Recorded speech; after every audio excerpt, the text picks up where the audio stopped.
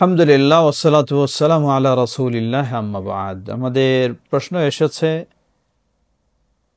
যে ঘোড়ার গোশত খাওয়ার বিধান কি? জবাব, ঘোড়ার গোশত খাওয়ার বিধান আসলেই কারো নিজের মন মতো বলার সুযোগ নেই। ইসলামের বিধান মানেই হলো কোরআন এবং সুন্নাহর দলিলের আলোকে।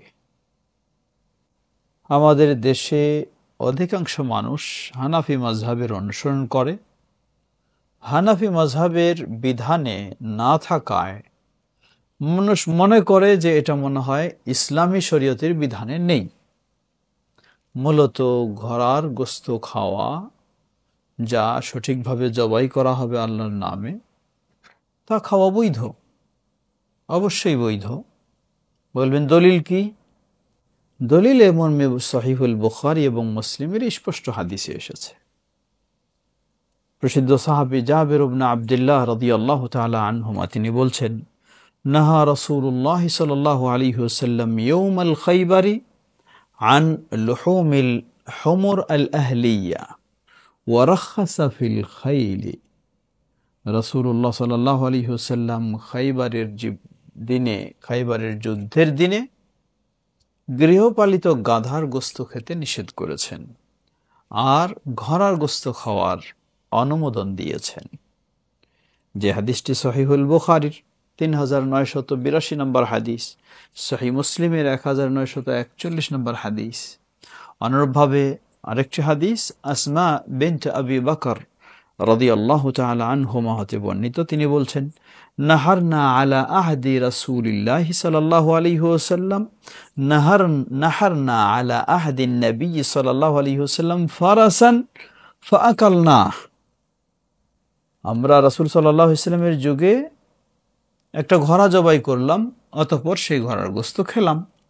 এই হাদিসটিও সহিহুল বুখারীর 5191 নম্বর হাদিস এবং সহিহ মুসলিমের 1942 নম্বর হাদিস। অনুরূপভাবে প্রসিদ্ধ সাহাবী জাবের রাদিয়াল্লাহু আনহু থেকে আরেকটি বর্ণনা এসেছে। তিনি বলেন, সাফারনা মা রাসূলিল্লাহি সাল্লাল্লাহু আলাইহি ওয়াসাল্লাম ওয়া কুননা নাকুলু লাহমাল খাইল ওয়া নাশরাবু আলবানাহা, রাওয়াহু আদ-দারকুতনি বিইসনাদিন সহিহ। তিনি বলছেন যে আমরা রাসূল সাল্লাল্লাহু আলাইহি ওয়াসাল্লামের সাথে সফর করলাম। সেই সফরে আমরা ঘোড়ার গোশত খেতাম এবং ঘোড়ার দুধও পান করতাম। সুবহানাল্লাহ, এই হাদিসের সনদ সহিহ। তাহলে যেখানে সহিহুল বুখারী, সহিহ মুসলিম স্পষ্ট, সেখানে তো না করার কোনো সুযোগ নেই। একটু আমরা জেনে নেই, যারা না করেন বলেন এটি বৈধ নয়, হানাফি মাযহাবের মুফতি সাহেবগণ কিসের আলোকে? তারা দুটি দলিল পেশ করেন। একটি কোরআন মাজিদের আয়াত থেকে, আল্লাহ সুবহানাহু ওয়া তাআলা বলেন, ওয়াল খাইলা ওয়াল বিগালা ওয়াল হামিরা লিতারকাবুহা ওয়া জিনাহ। ঘোড়া, খচ্চর, গাধা এগুলি হলো বাহনের জন্য এবং সৌন্দর্যের জন্য। এই আয়াত দিয়ে তারা দলিল পেশ করছেন, সুতরাং এগুলি বাহন ও সৌন্দর্যের জন্যই ব্যবহার হবে, খাওয়ার জন্য নয়। আমরা বলবো এই আয়াত দিয়ে খাওয়া নিষিদ্ধ কখনোই বলা উচিত হবে না। কারণ যেমন আল্লাহ সুবহানাহু ওয়া তাআলা এর কিছু উপকারিতা এখানে উল্লেখ করেছেন, এছাড়াও উপকারিতা বৈধ রয়েছে, কারণ এটা সীমাবদ্ধ নয় এর মধ্যে। দ্বিতীয়, তারা আরেকটি হাদিস পেশ করেন, যে হাদিসটি খালিদ ইবনুল ওয়ালিদ হতে বর্ণিত। তিনি বলছেন, নাহা রাসূলুল্লাহ সাল্লাল্লাহু আলাইহি ওয়াসাল্লাম আন লুহুমিল খাইল ওয়াল বিগালি ওয়াল হামির ওয়া কুল্লি যী নাবিম মিনাস সিবাহ। আল্লাহ রাসূল সাল্লাল্লাহু আলাইহি ওয়াসাল্লাম ঘোড়া, খচ্চর, গাধা এবং প্রতিটি সেই নখ বিশিষ্ট হিংস্র প্রাণী গোশত খেতে নিষেধ করেছেন। হাদিসটি আবু দাউদের, নাসাঈর এবং ইবনে মাজার। কিন্তু হাদিসটি সহিহ নয়, যঈফ। অপরপক্ষে সহিহুল বুখারী সবকিছু। দ্বিতীয়, যদি এই হাদিসকে কেউ ধরেও নেয় যে গ্রহণযোগ্য, তাহলে আমরা বলবো এই হাদিস একদিক থেকে গ্রহণযোগ্য, অপর দিক থেকে এই হাদিস আবার এটি হচ্ছে মানসুখ, যা সহিহ হাদিসগুলিতে এসেছে, অর্থাৎ সেই সহিহুল বুখারী এবং মুসলিমের হাদিসে এসেছে। সুতরাং আমরা বলবো, অপর দিকে যদি আমরা আরো লক্ষ্য করি যে প্রসিদ্ধ সেই মাযহাবগুলির মাঝে আমরা পাবো শাফিঈ মাযহাবে সেটি হালাল, অবশ্যই বৈধ।